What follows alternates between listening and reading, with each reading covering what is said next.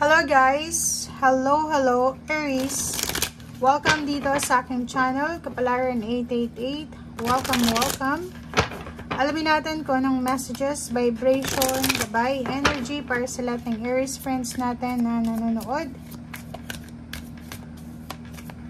Kung bago kayo sa channel ko, please like and share, subscribe, pakipress ang notification bell button para kayo ay ang unang makapanood sa ating mga videos, Aries. Okay, partnership, and alliances, truth, universe, and triumph. Wow!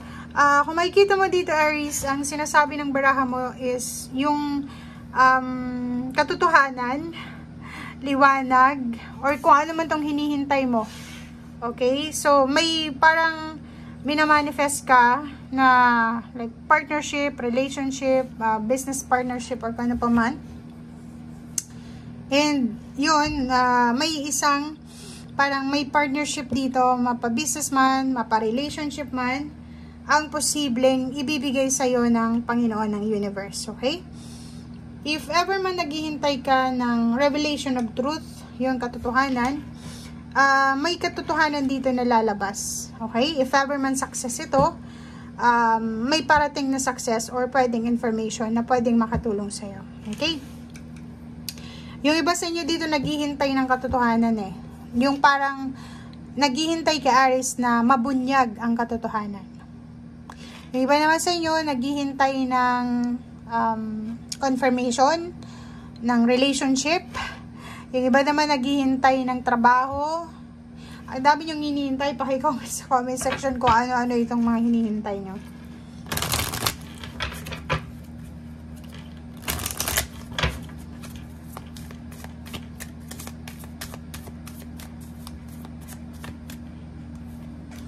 Okay, grieving and good luck. Okay, so parang sinasabi sir dito ng baraha, Aries, na wala ka na doon sa pagsisisi, 'di ba? Parang sinasabi sir dito ng baraha na wala ka na sa pagsisisi kasi may good luck, good fortune na pwedeng pumasok sa buhay mo ngayong linggong ito, or siguro habang nanonood ka, medyo nararamdaman mo na sumuswerte ka na, or papunta ka na sa swerte, or may swerte na nakalakip na sa buhay mo, or parang may parating na swerte. Parang ganun yung pakiramdam.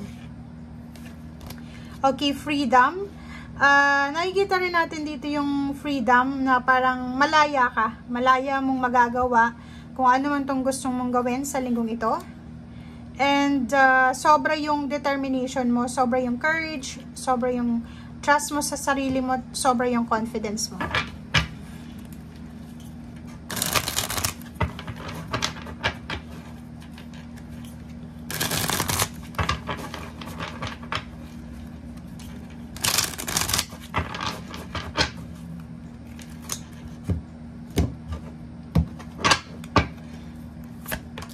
Okay, diba? Nandito yung Magician. Ang Magician card na yan is nagsasabi na ang lahat ng pangyayari sa buhay mo ay may dahilan. So, if ever man na may mga bagay-bagay na hindi mo maintindihan, or may mga bagay-bagay na feeling mo mahirap intindihin, wag mong pilitin na intindihan kasi may rason. Sa tamang panahon, ibibigay yan sa'yo ng Panginoon yung tamang information o yung tamang kasagutan dyan sa nararamdaman mo or sa confusion mo. O tingnan mo, 'di ba? Dito din, related dito sa good luck and freedom, may good news na matatanggap yung iba sa inyo ngayon. So, may magandang balita na pwedeng dumating sa inyo na parang isang magic. Swerte na pwedeng magdala sa buhay mo ng kaligayahan, mapa-relationship man yan, or pera. So, sa relationship, nakikita natin dito na mas magiging sobrang strong ang relationship mo. Physical, dalawa yung courage card natin dito. So, physical body, mas magiging strong yung physical health mo siguro. If may mga issues kayo sa health nyo. And, dito sa relationship, ganun din. And, sinasabi ng baraha sa'yo, na yun, go lang ng go with the flow, or sinasabi ng baraha sa'yo dito na ano man ang hinihintay mo, ibibigyan sa'yo ng universe. Okay. So, yun.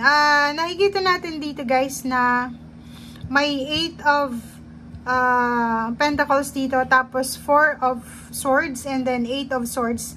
Parang, yung iba sa inyo dito is namumroblema kayo sa usaping trabaho. Parang yung iba unemployed, or yung iba naman is parang yung kontrata nila sa trabaho is medyo injustice, yung nararamdaman nila kasi parang ang hirap ng trabaho, pero ang baba ng sweldo, parang ganon.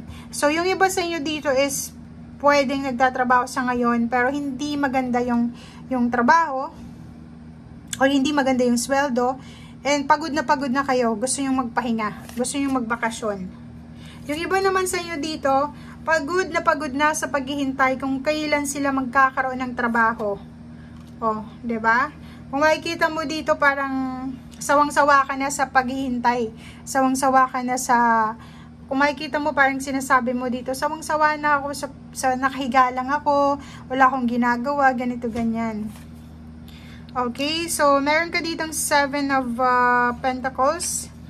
Oh, naghihintay talaga kayo ng pera. Naghihintay ng pera, naghihintay ng trabaho. Oh. Okay, so yung iba sa inyo dito naghihintay ng kontrata, pera, pagsisimula, diba? Comment down below if resonated ka. Kasi etong Justice card na to, it's either naghihintay ka dito. Kasi if nagtatrabaho ka ngayon tapos sobrang hirap ng trabaho mo, yung sweldo ang baba, or pwedeng ang kontrata mo is 2 years, tapos wala ka namang day off kung nasa ibang bansa ka, lalo sa Middle East. Ang King of Pentacles na to, tapos itong Page of Pentacles, sinasabi sa'yo na huwag kang matakot, or huwag mong isipin na yung kasalukuyan mong sitwasyon ngayon is hanggang dyan ka na lang. Kasi may meron dito may financial good news na pwedeng magsimula sa buhay mo sa future. Or sinasabi ng baraha, anuman yung situation natin, like maganda yung buhay mo ngayon, financial or emotional, wag masyado tayong pakampante. Okay? Kailangan natin ng assurance. Eto ganun din, if nasa baba ka ngayon, or feeling mo hindi maganda yung takbo ng buhay mo, or ng pangyayari sa buhay mo, ganun pa rin. Ganun pa rin yung gagawin natin is, kailangan natin na maging positive. Kailangan natin na wag panghinaan ng loob. Okay? Kasi pag pinanghinaan ka ng loob, wala na. Paano mo ilalaban ito? Okay? May nakikita kong pagod na sa paghihintay. Pagod na pagod sa pagtatrabaho. Pagod na pagod sa paghihintay sa trabaho. Kung kailan makakapasok.